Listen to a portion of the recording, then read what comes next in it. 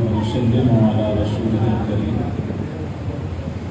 أما بعد فأعوذ بالله من الشيطان الرجيم بسم الله الرحمن الرحيم يا أيها الذين آمنوا اتقوا الله وكونوا مع الصادقين صدق الله خالقنا العظيم وصدق رسوله النبي الكريم الأمين إن الله وملائكته يصلون على النبي يا أيها الذين آمنوا صلوا عليه وسلموا تسليما الصلاة والسلام عليك يا سيدي يا رسول الله وعلى آلك وأصحابك يا سيدي يا حبيب الله الصلاة والسلام عليك يا سيدي يا رسول الله وعلى آلك وأصحابك يا سيدي يا حبيب الله مولاي صل وسلم دائما أبدا على حبيبك خير الخلق كلهم. دو صلاة کے بعد معزز و محتشم علماء کرام، عزیزان گرامی اور حضرت موسیٰ حسین زنجانی کی بارگاہ میں حاضر ہونے والے غلاموں، حضور کی محبت رکھنے والوں، السلام علیکم ورحمۃ اللہ وبرکاتہ۔ ہم سب کی خوش نصیبی ہے کہ آج اللہ کے ایک ولی کی بارگاہ میں حاضر ہیں اور ان کے قرب کا فیض پا رہے ہیں۔ انہیں ایک نسبت اللہ کے ولی ہونے کی ہے اور ایک عظیم نسبت یہ بھی ہے کہ وہ سرکار کی اولاد سے ہیں۔ رب ذوالجلال جل وجلہ الکریم متقی لوگوں کی شان و عظمت ظاہر فرماتے ہوئے ارشاد فرماتا ہے، یا ایھا الذین آمنوا اتقوا اللہ وکونوا مع الصادقین، اے ایمان والو اللہ سے ڈرو اور سچوں کے ساتھی ہو جاؤ۔ اللہ سے ڈرو اور سچوں کے ساتھی ہو جاؤ، رب کا تقوی دل میں رکھو، رب کا خوف اپنے دل میں رکھو اور جو سچے لوگ ہیں ان کے ساتھ ہو جاؤ۔ اب سچے کون ہیں؟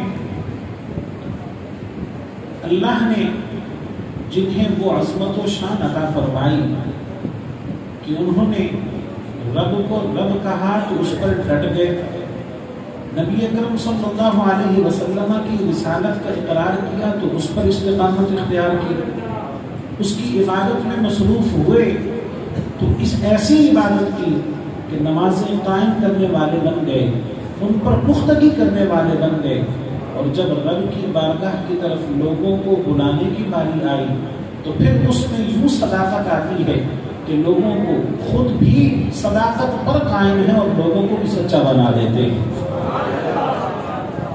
ہم ولیوں سے تعلق کیوں رکھتے ہیں؟ ان کے ساتھ نسبت کیوں قائم کرتے ہیں؟ مثال سے سمجھاتا ہوں۔ ہم دنیا دار جب کسی کام میں پھنس جاتے ہیں تو پھر کوئی نہ کوئی سفارش تلاش کرتے ہیں، کوئی نہ کوئی راستہ ایسا تلاش کرتے ہیں کہ ہمارا کام ہو جائے۔ عمومی طور پر کوئی پولیس والے کی تلاش کرتا ہے، کوئی کسی فوجی کی تلاش کرتا ہے، کوئی وکیل ڈھونڈتا ہے، کوئی کسی نمبردار سے کونسلر سے رابطہ کرتا ہے۔ وجہ کیا ہے؟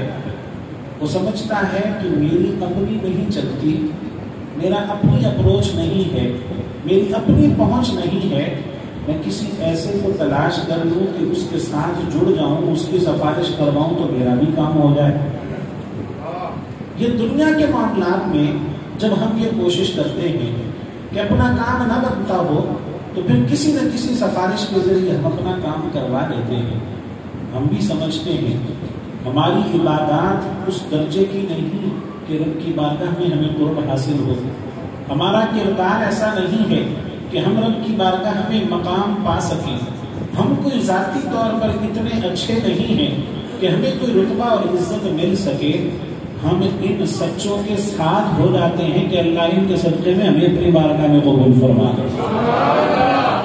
ان کی بارگاہ میں اس لیے آتے ہیں، ہماری تو نہیں چلتی، ان کی چل جائے گی. ان کی بارگاہ سے، ان کی بارگاہ میں، رب کی بارگاہ میں حاضر ہونے کے لیے، ان کے وساطت سے، ان کی سفارش کے ذریعے پہنچنے کے لیے ہم حاضر ہوتے ہیں. اور یقیناً یہ لوگ ایسے ہیں جب ان کی بارگاہ میں آ جائیں، لا یشقی جلیسہم، ان کے پاس بیٹھنے والا بدبخت نہیں رہتا، اللہ اسے خوش بخت بنا دیتا ہے. اللہ اسے عظمت و شان عطا کر دیتا ہے، اسے خوش نصیبی عطا کر دیتا ہے. ہم خوش نصیب بننے کے لیے ان کی بارگاہ میں حاضر ہوتے ہیں. اور رب نے یہ شان ایسی عطا فرمائی ہے، تیری نسل پاک میں ہے بچہ بچہ نور کا، تیری نسل پاک میں ہے بچہ بچہ نور کا، تو ہے عین نور تیرا سب گھرانہ نور کا.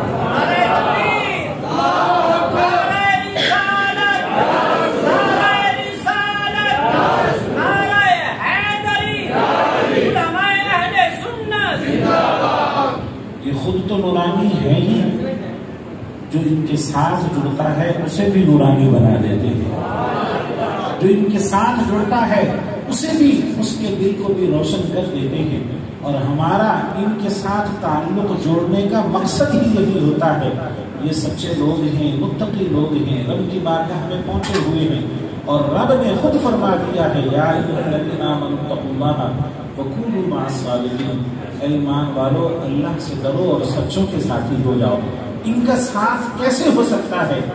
ان کے ساتھ کا طریقہ یہ ہے، ہم ان کی بارگاہ میں حاضر ہوں، ان کی تعلیمات کو پڑھیں کہ وہ کیا فرمایا کرتے تھے، ان کا طریقہ کار کیا تھا، ان کا انداز کیا تھا، ان کے طریقہ کار کو اپنائیں اور یوں ان کے ساتھ ہو جائیں. ہم یہ اللہ کی بارگاہ میں آتے ہیں، عمومی طور پر لوگوں کا ذہن یہ ہوتا ہے دربار میں جائیں گے، وہاں سے لنگر کھائیں گے، مکھانے ملیں گے اور تبرک ملے گا. ہم یہ ظاہری تبرک کی طرف تو نگاہ رکھتے ہیں، لیکن روحانی تبرک کی طرف ہماری توجہ نہیں ہوتی. ہم لنگر کھانے کے لیے تو آ جاتے ہیں، نان حلوہ کھائیں گے، حلیم دال کھائیں گے، کچھ اور جو بھی نظریات رکھتے ہیں. ہم یہ ظاہری تبرک لینے کے لیے آتے ہیں، مگر یاد رکھیے بزرگوں کے پاس آنے والا کبھی خالی ہاتھ نہیں گیا. ہم جو سوچ کے آتے ہیں ہمیں ملتا ضرور ہے. اگر آپ نان حلوہ کھانے آئے وہ بھی ضرور ملے گا، لنگر کھانے آئیں گے وہ بھی ضرور ملے گا، جتنا تبرک لینے آئیں گے سارا ملے گا. مگر ہم یہ سوچ کیوں نہیں رکھتے؟ ہم اپنا دل ستھرا کرنے کیوں نہیں آتے؟ ہم اپنے دل کے تقویٰ کے لیے کیوں نہیں آتے؟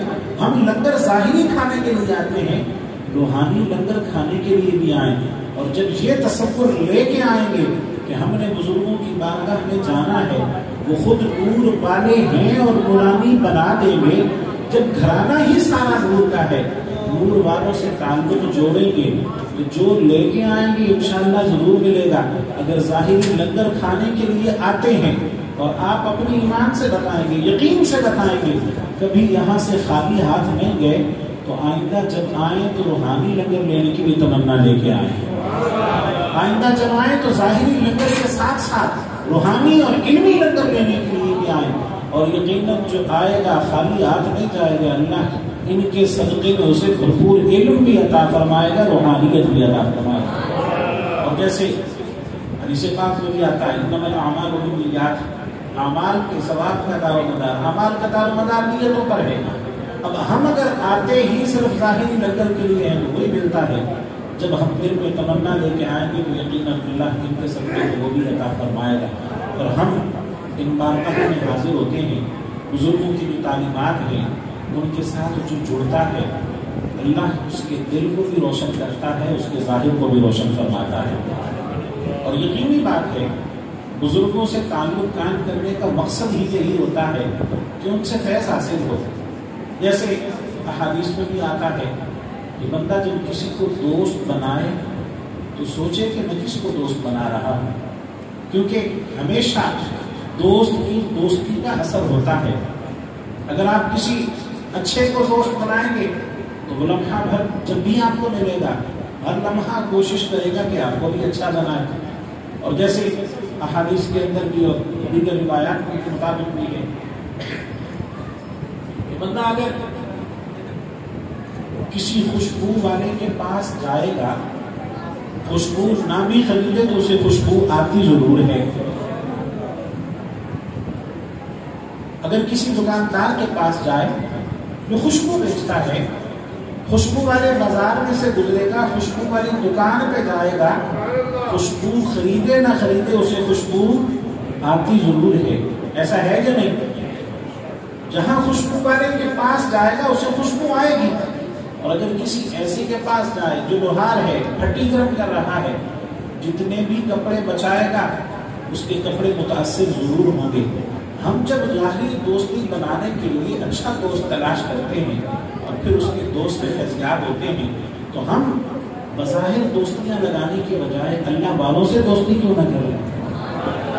ہم عام لوگوں سے دوستی کرنے کے بجائے اللہ والوں سے دوستی کیوں نہ کر لیں؟ اور جب اللہ والوں سے دوستی کریں گے تو وہ ویسے کمال والے ہیں، وہ ایسی عطا والے ہیں، ان سے دوستی کریں گے وہ اللہ سے ملا دیں گے. اللہ اللہ کیے جانے سے اللہ نہ ملے، اللہ اللہ کیے جانے سے اللہ نہ ملے. اللہ والے ہیں جو اللہ سے ملا دیتے ہیں. اللہ تعالیٰ ہم سب کی حاضری قبول و منظور فرمائے اور بزرگوں کے فیضان سے ہم کو مستفیض فرمائے اور حضرت موسیٰ حسین زندانی رحمۃ اللہ علیہ کے درجات بلند فرماتے ہوئے ہمیں اللہ ان کی تعلیمات پر عمل کی توفیق نصیب فرمائے. وآخر دعوانا الحمدللہ رب العالمین.